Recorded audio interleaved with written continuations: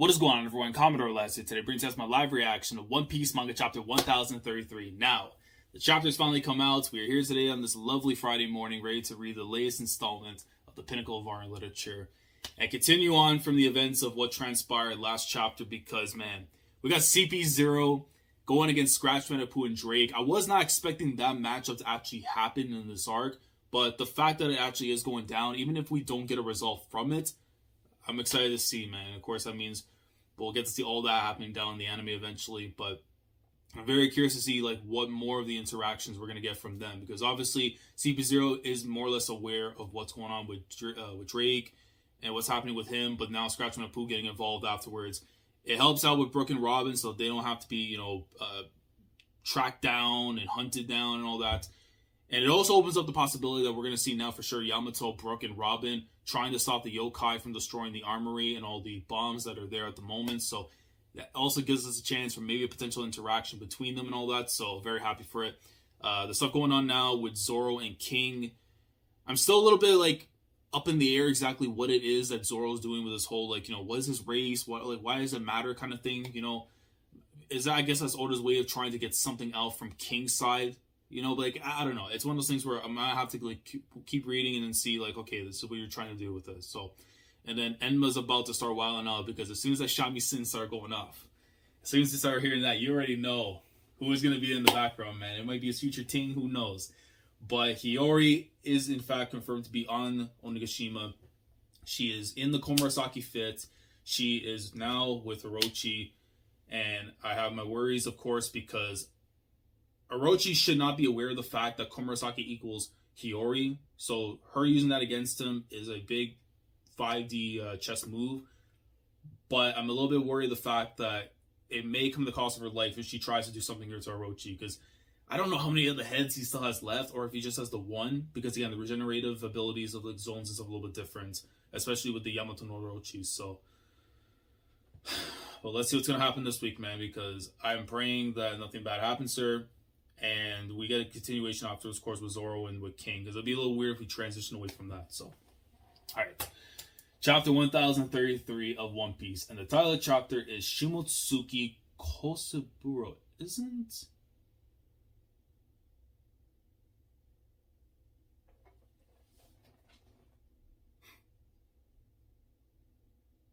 This man really thinks he's slick, huh?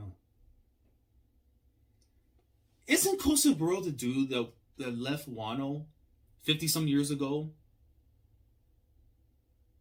And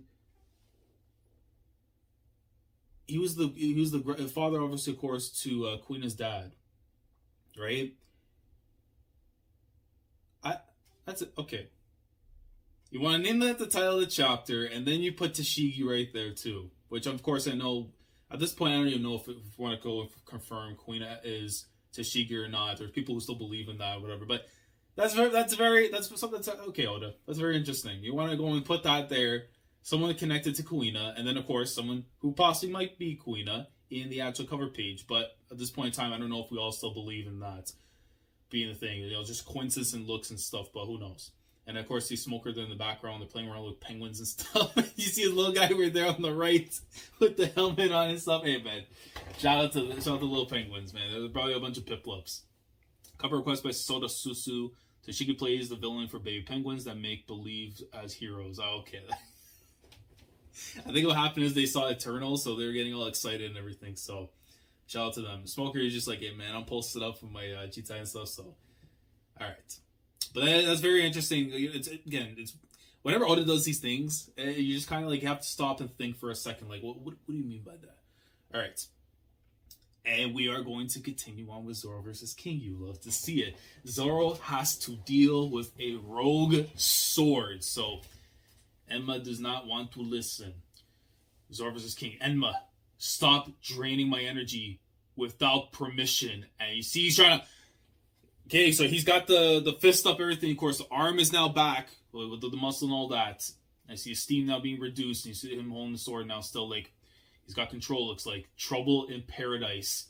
Huff, huff. And you see King right now making a dash right towards Zoro. Huh? Dude, but you look... It's crazy. Even with these small little panels, just to see how massive someone like King is. Like, I already know in the anime they're gonna really like amplify like the actual size of this behemoth, man.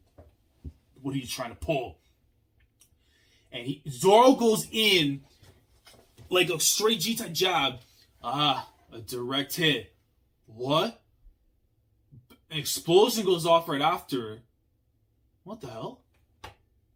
Yeah, he goes in, he hits him right in the stomach. And he's like, direct hit. And an explosion goes off right after. What the hell does that mean? Skull Dome. Okay, so now they're going to switch over to Sanji. So I guess we're going to go like transition back and forth. Considering the fact that they're connected because of the Denden Mushi when they were speaking before. So I think it would make sense to go back and forth with the two of them then. Okay. Skull Dome, Left Brain, Tower, Pleasure, Hall. And then, of course, we're seeing the after effects of the Hell Memories and stuff, which I absolutely still love that moment with Sanji, man. Look, I've had my things with him in the past and everything, with the way Whole Cake Island was and stuff, but it doesn't take away the fact, man, Sanji is a great character, though. You just called the pirate hunter, right? He doesn't stand a chance against King. And Sanji's like, he's a So that's okay. So again, wait. So you're gonna tell Sanji all that, and then Sanji, after he beats Queen, it's gonna be like, okay, bro, I got the scoop.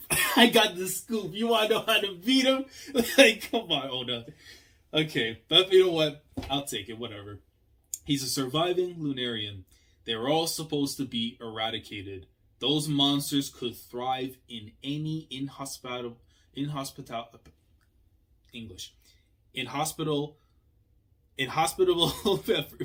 of the world throughout them. All right. And of course, you have to factor in too with the Lunarians is that with Sanji's abilities, in terms of the Diablo and all that stuff, like there's Skywalk, it's more or less confirmed, I think, in ways that he has ties to the Lunarians because of what Judge had did with the DNA and all that. In the distant past, they were considered gods. If this is his way of, because again, I think majority of people kind of know this and stuff. If you know like the story of like the devil and stuff, was once an angel under God and everything, and then became what he came afterwards and stuff. If that's all his way of just tying into that, interesting. How could beings like that get wiped out? That's something you'll have to find out for yourself. So yeah, this man like gave me one small thing. It's okay. They were gods. They could survive in anything they wanted to, but you got to figure it out on your own. He goes in for the attack now instead.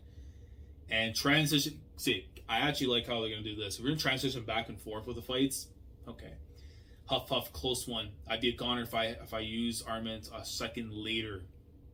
Yeah, Jesus Christ. He just got smashed right back into the wall. Still holding on with Enma. How is he still unscathed? He just blew himself up. And because he's his own, he just regenerates. So if that is the case, oh my god. So this dude is literally just one of those jail dudes you would find in the caves and just be using self-destruct. On sword style. Ihai, Lethal Lion Song. He just comes in from front. And you see, it looks like he got the hit on King, but how much did it do? How much did it do, though? White eyes, but no. And as he looked, wait, he has white eyes himself, Zoro?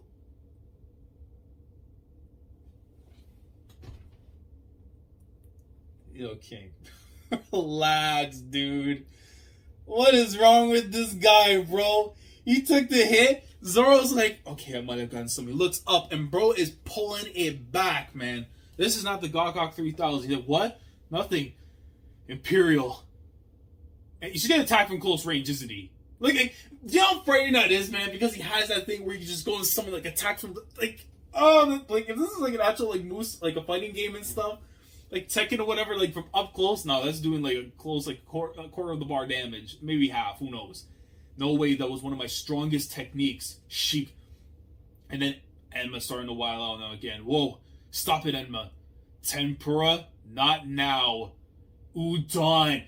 And it looks like it grazes right past on Zoro's midsection and everything, but it still is a hit regardless. Cause wait, did he break it? Wait, did he break the blade?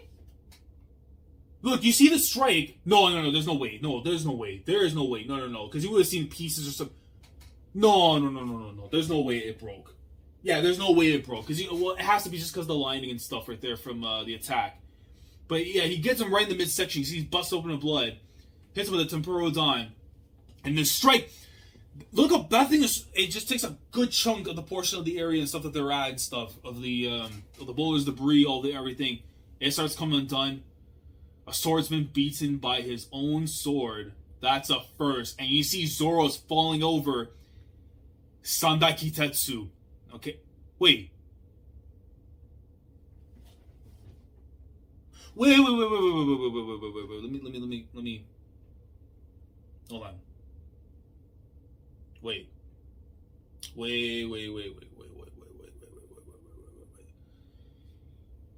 No. I'm getting my. I'm getting confused. I'm really confused right there. Because I was thinking to myself, I'm like, wait, that's not the one that. Yeah, no, Sandai is the one that he owns. Because I'm thinking of the other one afterwards. That was the other name. He's probably gonna say it right now. Because I know this Shodai is the one that's the number one, the first grade Sandai, and then the other one after we'll see. But see, he goes to grab it, and then you see afterwards. Is remembering the talk afterwards with the Tengu and stuff. You're with potentially it could be Odin's dad and stuff. If allegedly it is him, you already wield Sandai Kitetsu. That is one of mine. What, really? It's cursed. I can't sell it to you, moron. If you end up dead, yeah, going back after to Logtown, your blood would be on my hands. I'll take it. And is he going right after another attack? Risking yourself to save a sword. You lost it. And then you see King.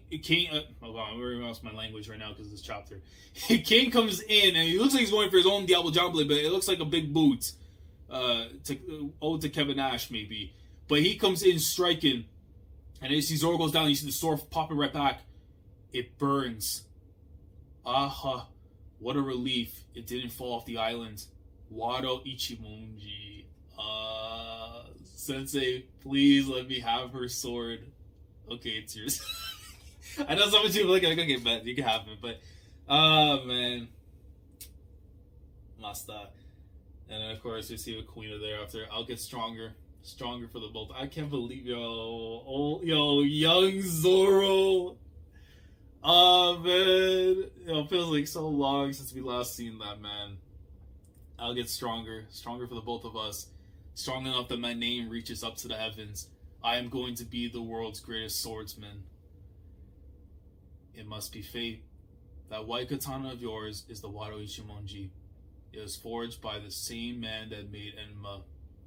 The master swordsmith Shimotsuki Kozaburo. Okay, so that's our confirmation of the ties, because eventually there was going to be something that's going to connect Zoro going back to it, and that's what it is. Alright, so Kozaburo connected afterwards to Kuina and Ishin and stuff, so I don't have the time to think about it before, but how did a sword from Wano wind up in the East Blue? And he has to remember too. I think he remembers Kozaburo because remember he said something about an older man and stuff that was in the village and stuff at the time. So it could have been him. Imperial Twin Blades, and you see right away King now just coming in, back legs tucked. So you picked up your 3 swords, Enma. You see King coming in, and Zoro. Wait, he goes right through the building. Yeah, no, he goes right down. He's going down because you see like the walls and stuff. Zorojuro, I was told not to say Sunachi. It's something that I heard from an old geezer in my village. I never used the word myself. Yeah, so yeah, it had to be Kozaburo from back. Wait!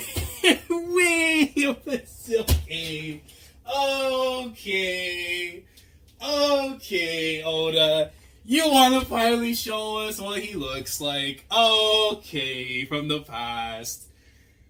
You want to wait till 1033 and you want to give me more finally. Okay, I understand. Huff, huff. That geezer always sat by the shore. I never bothered learning his name. For real, though? Even if his queen was like grandfather and stuff, like, she never said one word to you, like...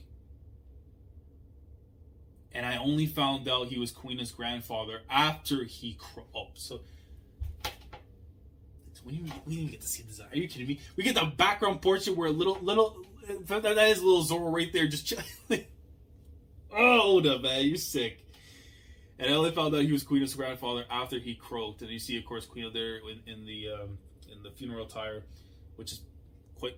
You know what? I'm not gonna go down. I'm not going down that path. I'm not giving Team Stairs a W here. The Master Swordsmith Shimotsuki Kozaburo left this country illegally over 50 years ago.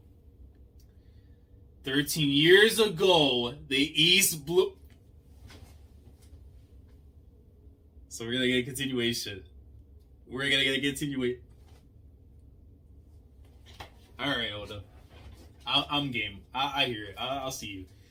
13 years ago, the East Blue, Shimotsuki Village, Zoro's hometown. Ha. Yeah. Wait. Okay, I thought he was going to rock a Tengu mask or something, but no, it's just how I look at those faces. Sonachi, you see all the kids are fighting around the dojo? It's a battle cry that gives you courage. I don't think...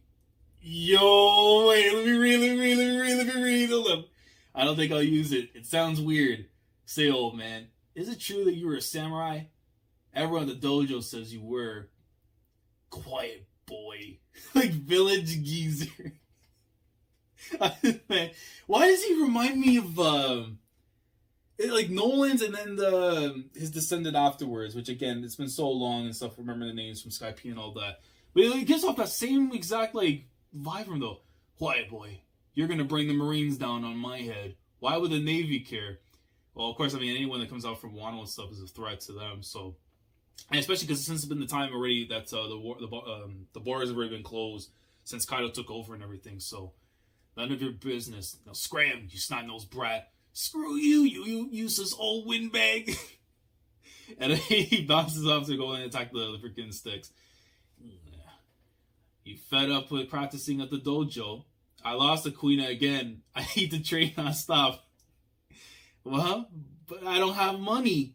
It's fine. Take them. They're not much anyway. Okay, so that's how he eventually got into the three sword style, or like got a better of what he needed to really enhance his game.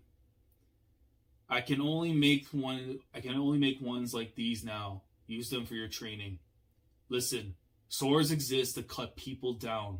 When smiths create them, they ensure they can take as many lives as possible. Oh, that has vagabond vibes too, because I remember something like that. It was one state way back, man. Okay, and you see Zoro first time ever properly holding a real sword. He just looks so funny, man. Each blade is like a person with a unique disposition. A swordsman who is one who teams the sword's wild nature and bends it to their will. It's a joke that deadly swords are believed to be cursed. That's just how named blades are. I consider it praise. Let the weak spread their nonsense. Yeah, even though it's like such a trolly panel and stuff, but like it looks raw. Just doing this pull stuff. It means those swords fulfill their purpose well. There's all just like he's just like like a real sword. Oh man, I crafted my magnum opus. Okay, when I was still young, the temperance of that sword was something. You get the chills just holding it. I named the blade after the Lord of the Underworld. And of course, we know its name. The Lord of the Underworld, Enma. And you see the look on Zoro's face. It's just like, he just saw it into like the distant past, remembers something like, whoosh, and he remembers what it is. It's Enma. It's called Shimotsuki Village. That doesn't seem like a coincidence now. Yeah, it's all starting to come to us. Because these are things that, as a kid, even then, for someone like Zoro, he's not going to really care about or try to connect the dots and everything. But now it's like almost like, it was almost, I don't want to say like it was meant to be like a fake thing kind of like that. But it's like, the fact that it all ties back to it, it's like, damn, like this definitely is not like some kind of coincidence. Like, it doesn't seem like a coincidence at this point now. Did you know the village was founded by pirates? My grandma told me. The master swordsmith Shimotsuki Kozaburo left this country illegally over 50 years ago. That geezer was a samurai of Wano. How was the swordsmith Shimotsuki Kozaburo? Named blades stay vigilant. They wait patiently to find a swordsman worthy of them. It is said a sword chooses its wielder. That's what this is. It's testing me. And you see King descending from the sky. Yo, the flames. And Zoro immediately gets up with the pull. The sword isn't acting out of malice. That means I've just not been measured up to its standards. You're telling me Odin was easily able to wield you, even while this much hockey was pouring out of him. Is that it, Enma?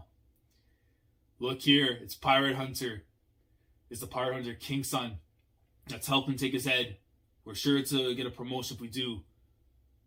What do? I can only appease if I keep it going.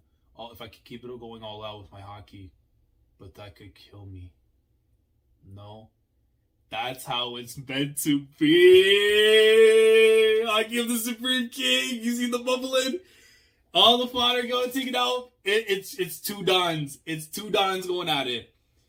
All of them knocked back, and King's like, I see. So you've also got kingly ambitions. And you just see all three swords emanating attacking, the steam pouring out. And you see Zoro's like, huh? The world's greatest swordsman? That's perfect. The future king of the pirates wouldn't settle for anything less. I guess you're right after all. I made promises to my captain and my oldest friend. Oh, I have to end the chapter there, man. No, it has next chapter. Next chapter has to be the end of that fight. Next chapter is going to be the end of the fight. Now it's like, okay, Zoro has the understanding of what he needs to really channel it Enma. Now we're about to see these two monsters go at it. A result's going to come. A result's going to come next chapter. Like, this more so was to get the understanding afterwards of, like, what Enma is. The connection afterwards, of course, now of Kozaburo being actually the old man that illegally left and stuff from Wano. He was actually, like, you know, with Kuina and all that. And I you know what?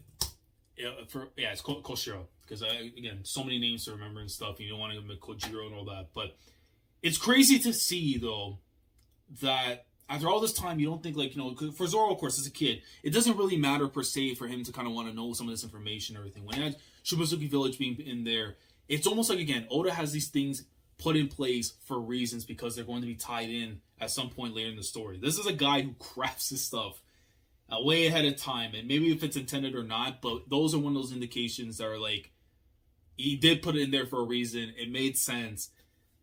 And I'm not gonna lie, the design, even though it's pretty goofy and stuff, it's pretty cool to see, though, that this was another person that was, like, beneficial to helping out Zoro when it became, you know, to him trying to get into this path of becoming a proper swordsman and all that. Of course, he didn't help him to actually become a three-sword swordsman, but at the very least, though, you know, he helped him pick up his first real swords and stuff to really start testing his limits, trying to surpass them, go beyond, above and beyond, to match Kuina before what eventually happened. But I will say this, though, right?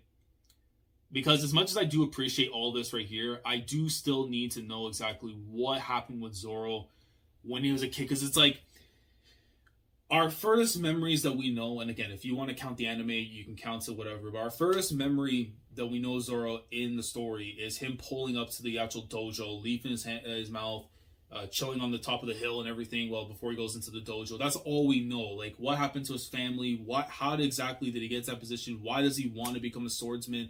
Beyond, like, all that. Like, because remember, we knew something went back to Parate where he's like, you know, the moment I decided to become a swordsman, I casted my life away. I don't know if that's just alone on the stuff that happened with Kuina, but I do feel like it has to have further, deeper meanings and stuff. And maybe through, like, the duration of this fight, we're going to start to tap more into that. So, I really like how that's being done, but I do hope we do get a little bit more out of it in regards to what's happening right now between Zoro and King.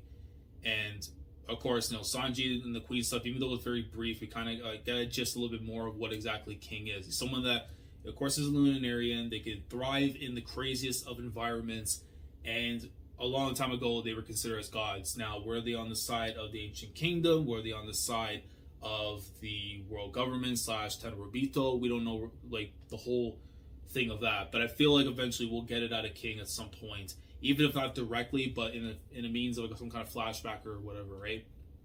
So yeah, so it's good that we got a good chunk of like more of the fight happening. But again, it was more dominant of the whole backstory and everything that was going on. So, but yeah, man, Kozaburo, I mean, like, it's crazy. We had like Ushimaru, we saw his design. He actually looked closer to what like Zoro and everything in facial features. But then you have Kozaburo, who is just, it reminds me so much of like Nolan's and his descendants, like in just the facial features. There's just something about it. I don't know what it is, man. But yeah, this is a very good chapter for me, man. Like, as someone who wants to see more of this stuff coming from Zoro, this is very good. And it definitely tells me, because I know after next week's chapter, I'm pretty sure it's going to be like a chapter break because of the holiday schedule coming in.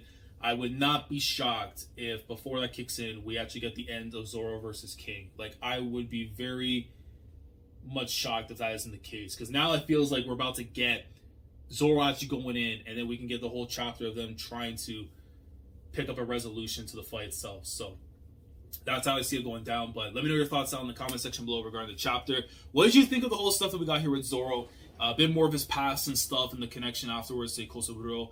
Of course, now being confirmed to be Koshiro's father, Kuina's grandfather and stuff. Do you feel that we're sort of like due more information regarding what happened with Zoro as a kid beyond the stuff that we know? Do you think we're going to still get that in this arc, or that's pretty much it? I feel like we should get it, but if you have other ideas and stuff, let me know down in the comments. And if you have to think of other things regarding King and his like race and all that, like what exactly was the purpose of the Lunarians? Were they on the side of good, evil? Like, what would you make of that? Let me know down in the comments. Like the video if you enjoy. Subscribe to the channel if you guys are new here. If you want to be part of the weekly experience when it comes to my coverage of One Piece week in, week out, subscribe if you haven't already. Click on the bell to endorse so the day with everything that goes on the channel. With that being said, I will catch you guys next week for 1034. Hopefully, we get this continuation between King and Zoro. And then hopefully we get a result here with Zoro picking up a massive W. Because once that's out the way, we go to Sanji and Queen. And then afterwards, hopefully with Big Mom versus Law and Kid. And then we get afterwards Luffy versus Kaido to conclude everything that's going down right now. So, if it happens, we're here for it. But next week, man, more greatness awaits, as it should. So, Commodore Last signing off. Thank you so much for watching. And as always, take care. Going crazy, yeah, we going crazy. I'm with the team, yeah, we going crazy.